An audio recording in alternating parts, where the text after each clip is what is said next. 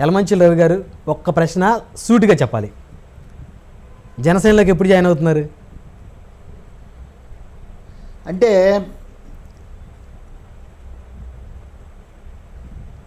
వైఎస్ఆర్లో నేను జాయిన్ అయిన కొన్ని రోజులకే నాకు కాన్స్టిట్యున్సీ ఇన్ఛార్జ్ ఇచ్చారు నాకు. అవును. పార్టీ ఓడిపోయిన తర్వాత ఇక్కడ బాబుకుమార్కి సీట్ ఇవ్వడం జరిగింది. నాకు ఆ తర్వాత సీటు ఆ పార్టీ గెలిచిన తర్వాత గుడివాడ నుంచి వచ్చిన ఆయనకి నన్ను తప్పించి ఆయనకి ఇన్ఛార్జ్ ఇచ్చారు. ఆయన టీడీపీలో కంటెస్ట్ చేశారు. టీడీపీ అంటే కంప్లీట్గా తెలుగుదేశం పార్టీ దేవినేని కుటుంబం అంటే మధ్యలో కొన్నాళ్ళు ఆయన డిఫర్ అయ్యి నెహ్రూ గారు డిఫర్ అయ్యి రామారావు గారితో ఉండి ఆ తర్వాత కాంగ్రెస్లోకి వచ్చారు అనుకుంటే అదొక 10 సంవత్సరాలు నడిచింది ఆ ఎపిసోడ్. మళ్ళీ తర్వాత నెహ్రూ గారు చనిపోయిన తర్వాత కూడా ఆయన మీద తెలుగుదేశం పార్టీ జెండా కప్పారు. అవినాష్ గారు కూడా అదే అన్నారు, నేను కూడా మా నాన్నగారిలాగా చివరి వరకు ఉంటానని. అనేక ఆరోపణలు చేశారు జగన్మోహన్ రెడ్డి గారి మీద ఎలక్షన్స్ ముందు. మరి ఆయన తీసుకొని వచ్చి ఇక్కడ ఇన్ఛార్జిగా వేశారు. మొదటి నుంచి ఆయనకన్నా ముందు సీనియర్ ఉన్న మీరు అసలు మీకు టికెట్ ఇవ్వకపోయినా కూడా సిన్సియర్గా పార్టీ అభ్యర్థి ఎవరైతే ఉన్నారో బాబుకుమార్ గారి కోసం మీరు పనిచేశారు. అంటే నేను యాక్చువల్గా నన్ను గన్నవరం ఇన్ఛార్జిగా పంపించారండి. గన్నవరంలో అంటే మీ మద్దతుదారులు ఇక్కడ పనిచేయలేదా? చేశారండి. 100%. మేము తప్పు చేయలేదు. మాకు సీట్ ఇవ్వలేదు కాబట్టి బాబుకుమార్ని ఓడిద్దాము, లేకపోతే అదే ఆ కోరిక అయితే మాకు లేదు. ఆయన గెలవాలని మీరు మనస్ఫూర్తి కోరుకున్నారు. 100%. ఆ విషయం ఆయన కూడా అంగీకరిస్తారా బాబుకుమార్ గారు? అంగీకరించాలి. అంగీకరిస్తారా అంటే మరి మేము ఆయనకి ఎక్కడా నేను డైరెక్ట్గా కానీ ఇండైరెక్ట్గా కానీ ఆయనకి నేను వ్యతిరేకం చేశాను అనేది నేనైతే ఇంత కాన్ఫిడెంట్గా చెప్పగలను. దానికి ఇంకేమన్నా ప్రమాణాలు అటువంటివి ఏమన్నా ఉన్నాయంటే వాటికి కూడా నేను సిద్ధం కాదు. మళ్ళీ ఆయన గెలిస్తే రేపు మళ్ళీ మీకు అవకాశం ఉండదేమో ఈస్ట్లో అని మీరేమన్నా మీ మద్దతు చెప్పనండి. బాబుకుమార్కి రాజకీయంలో ఆయన గెలిస్తే నాకు అడ్డం వస్తాడని నేను అనుకోను ఏ రోజు. ఎందుకని సార్? అక్కడ సీట్ ఇచ్చిన అంతే. అది ఆయన ఎంత ఉండగానే ఆ ఓటింగ్ స్టైలు అవన్నీ ఎట్ట ఉన్నాయో నాకు తెలుసు. నా ఓట్లు నాకు ఎక్కడ ఉంటాయో, ఆయన ఓట్లు ఆయన ఎక్కడ ఉంటాయో నాకు తెలుసు. ఆయన నాకు ఏ రోజు అడ్డం రాడు. సో ఎవరి ఓట్లు వాళ్ళే. యుద్ధంలో అయితే నేను ఎవరితో అయినా నెగ్గు రాగలను. ఆ స్థాయి నాకు ఉంది. నెహ్రూ గారి అనుచరులతోటే యుద్ధం చేసిన వ్యక్తులు మీరు. కంపేర్ చేసుకుంటే బాబుకుమార్ గారు ఆయన కూడా సౌమ్యుడే కదా. ఆయన కూడా ఎక్కడ వివాదాలకు వెళ్ళటం కానీ ఎవరిని దూషించడం కానీ అగ్రెసివ్ అప్పుడప్పుడు వాళ్ళ వాసన తగులుతుంది సార్. దేవినేని వాళ్ళ వాసన ఉంటుంది. పూర్తిగా ఏమి ఇదేం కాదు కానీ కొంచెం ఈ బ్రెయిన్ వాడటం అటువంటి ఆయన కొంచెం నేర్చుకున్నారా? ఆ డిఫరెంట్ ఇది అంటే అక్కడ వాళ్ళ పాలిటిక్స్ వీళ్ళకి అలవాటు అయ్యి అవి ఉంటాయి, ఎక్కడికి పోవు. మీరు ఎలక్షన్స్ ముందు కూడా 2019 ఎన్నికల ముందు ఇంకా సీట్లు ఖరారు చేయకముందు కూడా రాధా గారి సంబంధించి ఇష్యూ జరుగుతూ ఉంటే పార్టీలో టికెట్ కోసం మీరు ఒక స్టేట్మెంట్ ఇచ్చారు. అంటే అప్పటి వరకు ఏం జరిగింది?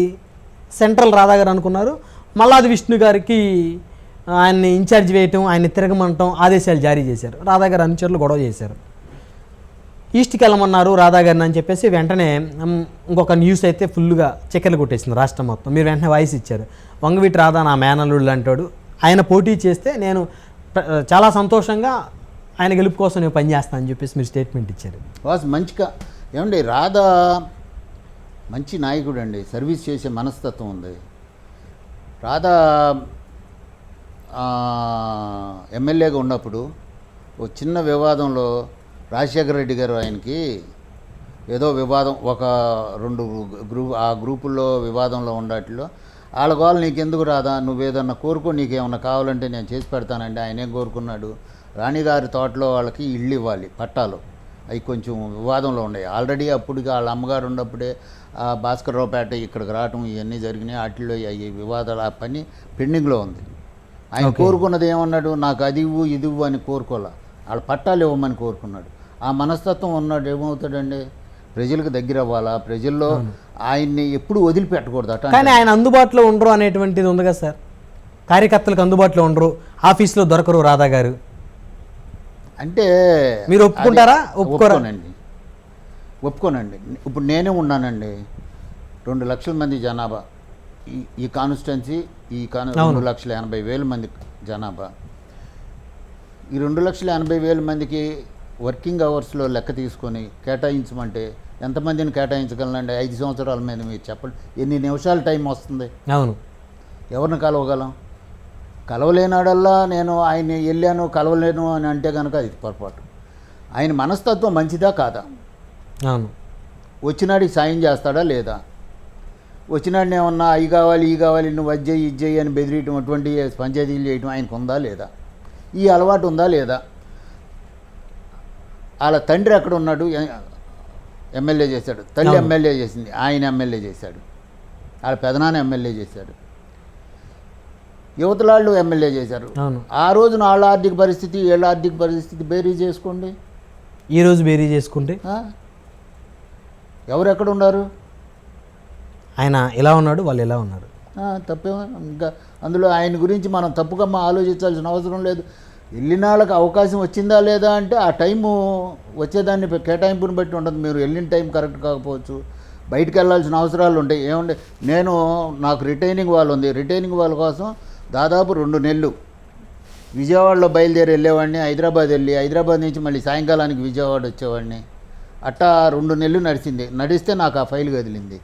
సో మీరు ఎమ్మెల్యేగా పనిచేసినటువంటి 5 సంవత్సరాల్లో విజయవాడ తూర్పు నియోజకవర్గానికి నా మార్క్ ఇది, నేను చేసినటువంటి సేవ ఇది అని చెప్పుకోవడానికి ఏం చూడవచ్చు సార్ మనం? రిటర్నింగ్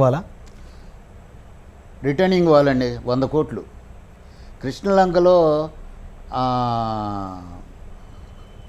హై స్కూలు ఓకే, దాన్ని అప్గ్రేడ్ చేసి జూనియర్ కాలేజీ తీసుకొచ్చాను మీ హయాంలోనే. ఆ రోజున సారథి గారు మినిస్ట్రీ ప్లస్ జూనియర్ కాలేజీకి బడ్జెట్ ఎలకేషన్ కూడా జరిగింది 2 కోట్ల రూపాయలు. ఓకే. సో వెరీ ఇమ్మీడియట్ మాది 2013 నవంబరు డిసెంబర్లో ఈ 2 శాంక్షన్ వచ్చినాయి. ఆ తర్వాత ఎలక్షన్లోకి వెళ్ళాం. ఎలక్షన్లు కౌంటింగ్ అవ్వకముందే ఇవన్నీ వర్కులు మొదలైపోయాయి. ఓకే. ఇప్పుడు వచ్చిన వాళ్ళు ఆ తర్వాత వచ్చిన వాళ్ళు మేము తెచ్చుకున్నాం, మేము చేసాం అని చెప్పుకుంటున్నారు. కానీ ముందు పునాది వేసింది మీరు. అబ్బాయి మొత్తం కేటాయింపు నా దగ్గర నుంచి వచ్చింది. అవి లేకుండా వీళ్ళు పునాది వేసేది ఏముంది? బడ్జెట్ శాంక్షన్ వర్క్లు అన్నీ వచ్చిన తర్వాత దాంతోపాటు స్కూల్ ఆఫ్ ప్లానింగ్ ఆర్కిటెక్చర్ ఇక్కడే పాలిటెక్నిక్లో అవును 10 ఎకరాలు సుమారుగా 9 ఎకరాల చిల్లర ఎలకేషన్ చేపించి దాదాపు 600 కోట్ల రూపాయల ప్రాజెక్ట్ అది. ఓన్లీ ప్లాన్ అప్రూవల్ కోసం 38 కోట్లు కార్పొరేషన్ కట్టారు వాళ్ళు. దాని తర్వాత గంగిరెద్దుల దెబ్బ మీద 42 MLD వాటర్ ఇది సార్ మీరు